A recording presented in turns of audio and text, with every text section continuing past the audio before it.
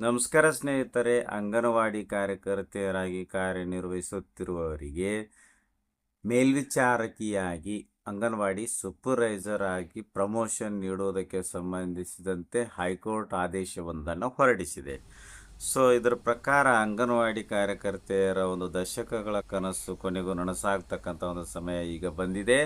ಮಹಿಳಾ ಮತ್ತು ಮಕ್ಕಳ ಕಲ್ಯಾಣ ಇಲಾಖೆಯಲ್ಲಿನ ಮಹಿಳಾ ಮೇಲ್ವಿಚಾರಕಿ ಅಂಗನವಾಡಿ ಸೂಪರ್ವೈಸರ್ ಪೋಸ್ಟ್ಗಳಲ್ಲಿ 75% ಹುದ್ದೆಗಳಿಗೆ ಅರ್ಹ ಅಂಗನವಾಡಿ ಕಾರ್ಯಕರ್ತೆಯರನ್ನು ಬಡ್ತಿ ಮೂಲಕ ಪ್ರಮೋಷನ್ ಮೂಲಕ ನೇಮಕ ಮಾಡಿಕೊಳ್ಳುವುದಕ್ಕೆ ಕೋರ್ಟ್ ಆದೇಶ ಮಾಡಿರುತ್ತದೆ. ಈ ಸಂಬಂಧ ಪ್ರಕ್ರಿಯೆಗಳನ್ನು ಶೀಘ್ರ ಪೂರ್ಣಗೊಳಿಸಿ ಅರ್ಹರಿಗೆ ನ್ಯಾಯ ಒದಗಿಸುವಂತೆ ರಾಜ್ಯ ಸರ್ಕಾರಕ್ಕೆ ಹೈಕೋರ್ಟ್ ನಿರ್ದೇಶನ ನೀಡಿದೆ. 2015ರಲ್ಲಿ ಅಧಿಸೂಚನೆ ಹೊರಡಿಸಿದ್ದ ಕೇಂದ್ರ ಸರ್ಕಾರ ಮಹಿಳಾ ಮತ್ತು ಮಕ್ಕಳ ಕಲ್ಯಾಣ ಇಲಾಖೆಯಲ್ಲಿನ ಮಹಿಳಾ ಮೇಲ್ವಿಚಾರಕಿ ಹುದ್ದೆಗಳಲ್ಲಿ 50% ಸೇವಾ ಜ್ಯೇಷ್ಠತೆ ಆಧಾರದಡಿಯಲ್ಲಿ ಪದವಿ ಡಿಗ್ರಿ ಮುಗಿಸಿಕೊಂಡಿರುವ ಅಂಗನವಾಡಿ ಕಾರ್ಯಕರ್ತೆಯರನ್ನು ನೇಮಿಸುವಂತೆ ನಿರ್ದೇಶಿಸಿತ್ತು. ಈ ಅಧಿಸೂಚನೆ ಪರಿಗಣಿಸಿ ಬಡ್ತಿ ನೀಡುವಂತೆ ಹಲವಾರು ಅಂಗನವಾಡಿ ಕಾರ್ಯಕರ್ತೆಯರು ಸರ್ಕಾರಕ್ಕೆ ಮನವಿಯನ್ನು ಸಲ್ಲಿಸಿದ್ದರು. ಆದರೆ ಸರ್ಕಾರದ ವೃಂದ ಮತ್ತು ನೇಮಕ ನಿಯಮಗಳಲ್ಲಿ ತಿದ್ದುಪಡಿಯನ್ನು ಮಾಡದೇ ಇರುವ ಕಾರಣದಿಂದಾಗಿ ಪ್ರಮೋಷನ್ ನೀಡಲು ಸಾಧ್ಯವಾಗಿರಲಿಲ್ಲ.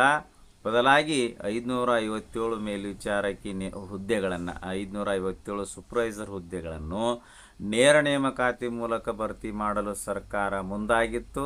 ಈ ನಿರ್ಧಾರ ಪ್ರಶ್ನಿಸಿ ಹೈಕೋರ್ಟ್ನ ಬೆಂಗಳೂರು ಮತ್ತು ಕಲಬುರಗಿ ಪೀಠಗಳಲ್ಲಿ ವಿವಿಧ ಅರ್ಜಿಗಳು ಸಲ್ಲಿಕೆಯಾಗಿದ್ದವು. ಅರ್ಜಿ ವಿಚಾರಣೆ ನಡೆಸಿ ಫೆಬ್ರವರಿ ತಿಂಗಳಿನಲ್ಲಿ ಆದೇಶ ನೀಡಿರುವಂತಹ ಕಲಬುರಗಿ ಪೀಠ ಅರ್ಹ ಅಂಗನವಾಡಿ ಕಾರ್ಯಕರ್ತೆಯರನ್ನು ಬಡ್ತಿ ಮೂಲಕ ಮಹಿಳಾ ಮೇಲ್ವಿಚಾರಕಿ ಅಂಗನವಾಡಿ ಸೂಪರ್ವೈಸರ್ ಹುದ್ದೆಗೆ ನೇಮಿಸುವಂತೆ ಸರ್ಕಾರಕ್ಕೆ ನಿರ್ದೇಶನ ನೀಡಿದೆ.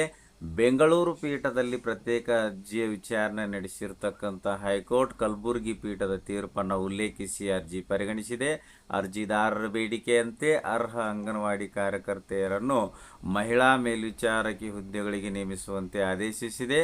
ಈ ಸಂಬಂಧ 4 ತಿಂಗಳೊಳಗಾಗಿ ಜಿಲ್ಲಾವಾರು ಸೇವಾ ಜ್ಯೇಷ್ಠತೆ ಪಟ್ಟಿ ಬಿಡುಗಡೆ ಮಾಡಿ ಪ್ರಕ್ರಿಯೆ ಪೂರ್ಣಗೊಳಿಸುವಂತೆ ಸರ್ಕಾರಕ್ಕೆ ನಿರ್ದೇಶನ ನೀಡಿದೆ.